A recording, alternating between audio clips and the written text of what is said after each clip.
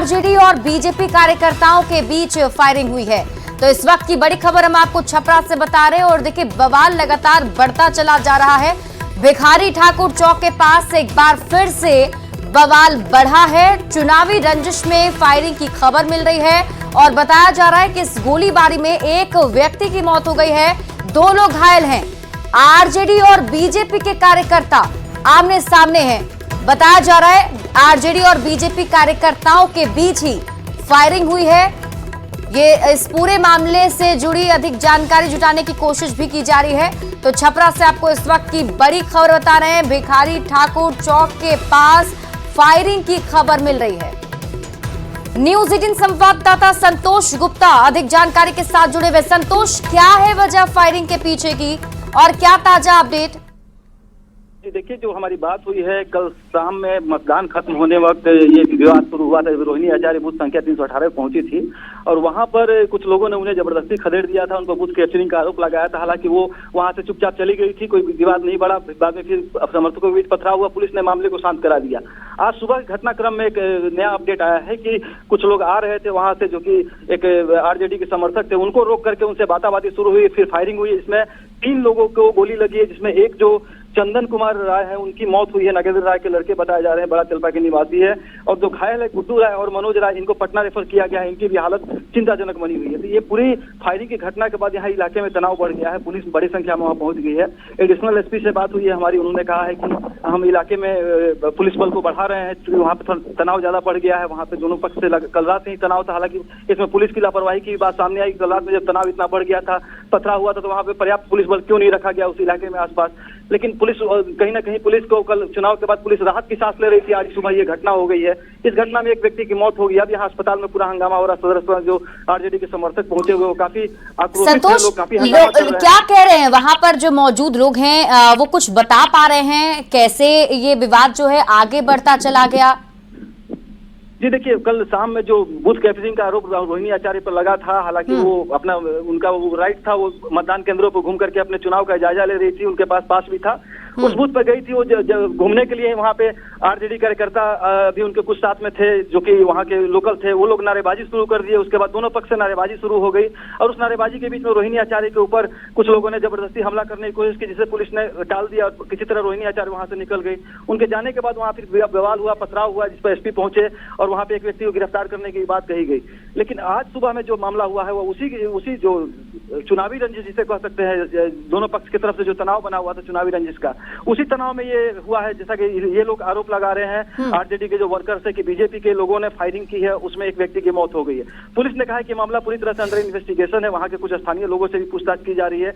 Additional SP खुद अस्पताल में मौजूद है, वो लगातार जो पीड़ित पक्ष है उससे बात करने की कोशिश कर, लेकिन आक्रोश काफी ज्यादा है। चूंकि सीधे तौर पर प्रशासन को लोग आरोप लगा रहे हैं कि प्रशासन ने फेयर इलेक्शन नहीं कराया है, कहीं ना कहीं पक्षपात कर रहा है। जो इन लोगों का कहना है कि बीजेपी के पक्ष को प्रशासन जो है सपोर्ट कर रही है। तो दोनों तरफ से आरोप प्रत्यारोप का दौर जारी है। लेकिन जो इस बीच सबसे बड़ी खबर है कि फायरिंग हो गई है मतदान केंद्र के बाहर, जहां कल शांतिपूर्ण मतदान हुआ था वहां आज फायरिंग हो गई है और उस फायरिंग में एक व्यक्ति की मौत हो गई है जो कि आरजेडी का वर्कर बताया जा रहा है। तो कहीं ना कहीं एक तनाव का माहौल इलाके में जरूर बढ़ गया है और इस तनाव को देखते हुए पुलिस इलाके में जो है गश्ती बढ़ा दी है। पुलिस इलाके में कैंप करी बड़ी संख्या में पुलिसकर्मी को। लेकिन गश्ती अभी बढ़ाई गई संतोष, लेकिन सवाल तो यही उठता है कि जब पहले से पता था कि संघर्ष चल रहा है दोनों ही पार्टी के कार्यकर्ताओं के बीच, तो उसको लेकर कोई बड़ा एक्शन क्यों नहीं लिया गया? अभी क्या पुलिस का कहना है, क्या कार्रवाई की जा रही है?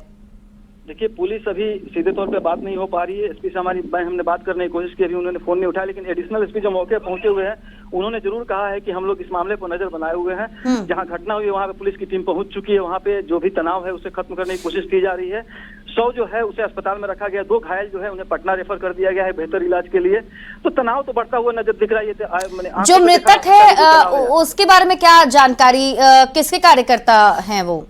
जी, सीधे तौर पे ये आरजेडी के कार्यकर्ता है, जो वहाँ के लोकल लोग हैं, स्थानीय लोग हैं। हालांकि कार्यकर्ता किसी भी पार्टी के समर्थक हो सकते हैं, इसमें कोई दो राय नहीं है। लेकिन यहाँ पे जो चुनाव हुआ है छपरा में, सीधे तौर पे 2 बीच में ये चुनाव है, जो यहाँ के जो एक यादव जाति है और एक राजपूत जाति है, जो कि दोनों अलग अलग पार्टी के सपोर्टर बताए जा रहे हैं। तो कहीं ना कहीं ये दोनों जातीय संघर्ष एक तरह से कहा जा सकता है इससे, कि चूंकि सभी अपने अपने नेताओं को सपोर्ट कर रहे हैं। ये सपोर्ट के दौरान ही कल बूथ पर नारेबाजी भी हुई थी, रोहिणी आचार्य के साथ सामने हुटिंग की गई थी। हालांकि उस समय तो मामले को शांत करा दिया गया था, नेताओं की समझदारी से मामला शांत हो गया था दोनों पक्षों के सूझबूझ से। लेकिन आज जिस तरह से सुबह में फायरिंग की बात हुई, गोली चली है, कहीं ना कहीं ये मामला बढ़ता नजर आ रहा है। संतोष, मैं एक बार फिर से चाहूंगी कि आप अभी ताजा अपडेट बताएं, फिलहाल जहां ये घटना घटी है वहां क्या कुछ चल रहा है? कि देखिए, घटना स्थल पर पुलिस के आला अधिकारी पहुंच रहे हैं, डीएम एसपी के भी जाने की बात कही जा रही है कि वहां पहुंचेंगे। हाँ। जो आरजेडी के वर्कर है वो काफी आक्रोशित है, उन्होंने कई जगह पर रोड जाम कर दिया है। जैसा कि हमें सूचना मिल रही है, अस्पताल में बड़ी संख्या में आरजेडी के वर्कर्स पहुंचे हुए हैं। काफी तनाव बढ़ा हुआ है, लोग एक दूसरे पर आरोप प्रत्यारोप लगा रहे हैं। जैसा कि हमारी कुछ लोगों से बात हुई है जो चलिए संतोष, मैं आपके पास वापस लौटती हूँ, हमारे साथ आप बने रहिए। हमारे साथ बीजेपी के प्रवक्ता रामसागर जी जुड़े हुए हैं। रामसागर जी, ये संघर्ष देखने को मिला आरजेडी बीजेपी कार्यकर्ताओं के बीच में, आज विवाद इतना बढ़ गया कि फायरिंग की खबर सामने आ रही है, कैसे देखते हैं आप? मैडम, लालू यादव और राजद सामाजिक समरसता को बिगाड़ने के लिए ही ये पार्टी जानी जाती है, राजनीतिक उदंडता के लिए ही जानी जाती है। 15 साल जो लालू यादव सत्ता में रहे हैं, सामाजिक समरसता को बिगाड़ कर करके और जातीय संघर्ष को आगे बढ़ा करके ही ये सत्ता में रहे हैं। लेकिन अब बिहार की जनता उस फेज में नहीं लौटना चाहती है। पुनः तेजस्वी यादव उसी फेज में ले जाना बिहार को, और बिहार में जातीय उन्माद पैदा कर करके, जातीय गोलबंदी करा कर करके, जातीय संघर्ष करा कर करके ये सत्ता पाने का कोशिश कर रहे हैं। लेकिन जनता नाकाम करेगी। ये 19 में भी कोशिश किए थे, लेकिन शून्य पर आउट जनता इनको कर दी है, उससे भी ये सबक नहीं ले रहे हैं। अब बिहार की जनता उस एरा में नहीं जाना चाहती है जहां जातीय उन्माद पैदा कर करके लालू यादव। लेकिन रामसागर जी, ये तो कहीं से ठीक नहीं है ना कि जिस तरीके से बातचीत आ रही है सामने, बताया जा रहा है कि बीजेपी के कार्यकर्ता भी इसमें पूरी तरीके से इन्वॉल्व थे, मारपीट हुई, फिर फायरिंग हो गई।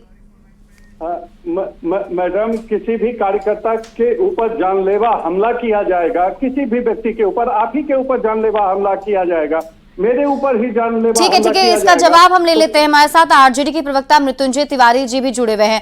मृत्युंजय जी, सबसे पहले तो इस पूरी खबर पर आपकी क्या प्रतिक्रिया है? आप किस तरीके से आरजेडी पार्टी इसको देख रहे हैं? क्योंकि देखिए, बड़ा मामला होता चला जा रहा है, एक व्यक्ति की मौत हो गई है। सर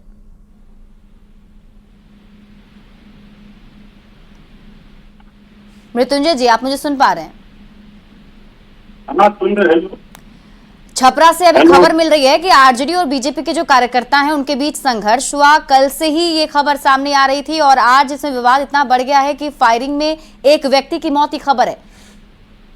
देखिए, बीजेपी सत्ता के दम पर चाहती है बूथ कैप्चरिंग करना, और जिस तरह से कल हुआ वो सबने देखा कि आखिर सत्ता के दम पर आप लोकतंत्र का गला घोट रहे हैं, हनन करना चाहते हैं।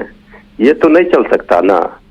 कहीं भी किसी भी घटना कोई भी हो, लोकतंत्र में हिंसा का कोई स्थान नहीं होता है। सबको अधिकार है, जनता अपने मत के द्वारा अपना जनप्रतिनिधि चुनती है। लेकिन कोई अगर सत्ता के दम पर कोई किसी को परेशान करे, कोई वोट न डालने दे, तो फिर लेकिन मृत्युंजय जी, रामसागर जी भी हमारे साथ अभी जुड़े थे, उन्होंने तो आरोप लगाया कि आप लोग बूथ कैप्चरिंग करने की कोशिश कर रहे थे, हमला किया आप लोगों ने। ये सब नौटंकी जो है, ये बकवास बीजेपी के लोग कर रहे हैं। बूथ कैप्चरिंग का सवाल कहाँ है? सत्ता उनके पास है, सत्ता के हनक में, सत्ता के सनक में वो चाहते हैं कि जो हमारे। आपके इन सवालों का जवाब मैं उनसे भी लूंगी, लेकिन इसी बीच दर्शकों को दिखा दें जब ये घटना घटी उसके बाद क्या कुछ वहां का ताजा अपडेट है। न्यूज 18 संवाददाता संतोष गुप्ता ने वहां का जायजा लिया है। आंखों देखिए, आपको दिखाते हैं। इस वक्त बड़ी खबर छपरा से है, जहां चुनावी रंजिश में फायरिंग हुई। फायरिंग में एक व्यक्ति की मौत हो गई है और 2 लोग गंभीर रूप से घायल हैं, जिन्हें पटना रेफर कर दिया गया है।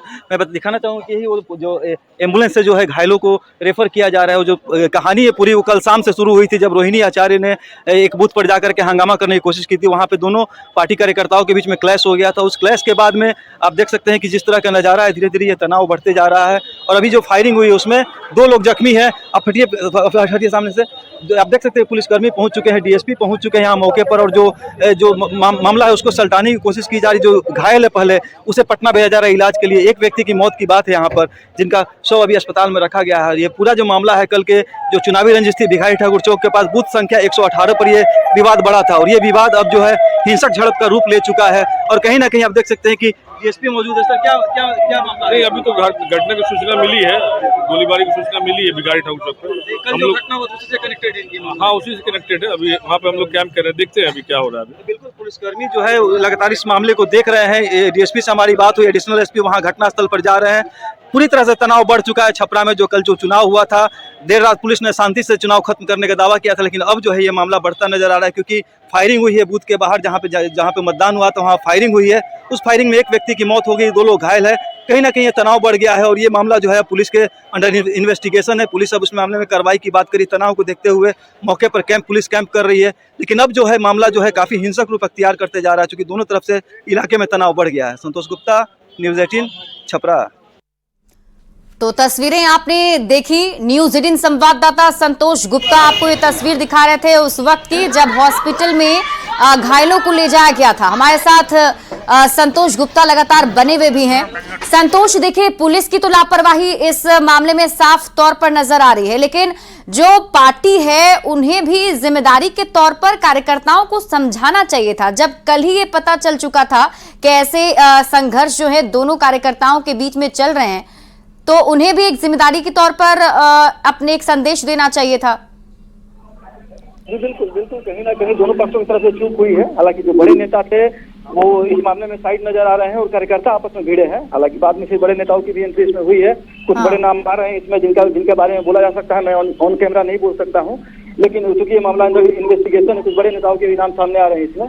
लेकिन अभी जो है मामला काफी तनावपूर्ण है, क्योंकि जिस पक्ष के लोगों की जान गई है वो पक्ष काफी आक्रोशित है। वो लोग लगातार हंगामा कर अस्पताल में नारेबाजी कर रहे हैं प्रशासन के खिलाफ। और कहीं ना कहीं निश्चित तौर पर जिस घर से कोई जाता है तो उसमें आक्रोश होता ही होता है, और वही आक्रोश यहाँ देखने को मिल रहा है। धीरे धीरे लोग यहाँ एकत्र हो रहे हैं। और सबसे बड़ी बात है कि घटनास्थल पर फिर से शांति व्यवस्था बहाल करना बड़ी बात है पुलिस के लिए। पुलिस ने कहा है कि हमारी सबसे बड़ी प्राथमिकता। ठीक है संतोष, आप इस बड़ी खबर पर नजर बनाए रखिए। आपसे वापस भी अपडेट लेंगे। बहुत बहुत शुक्रिया तमाम जानकारी के लिए।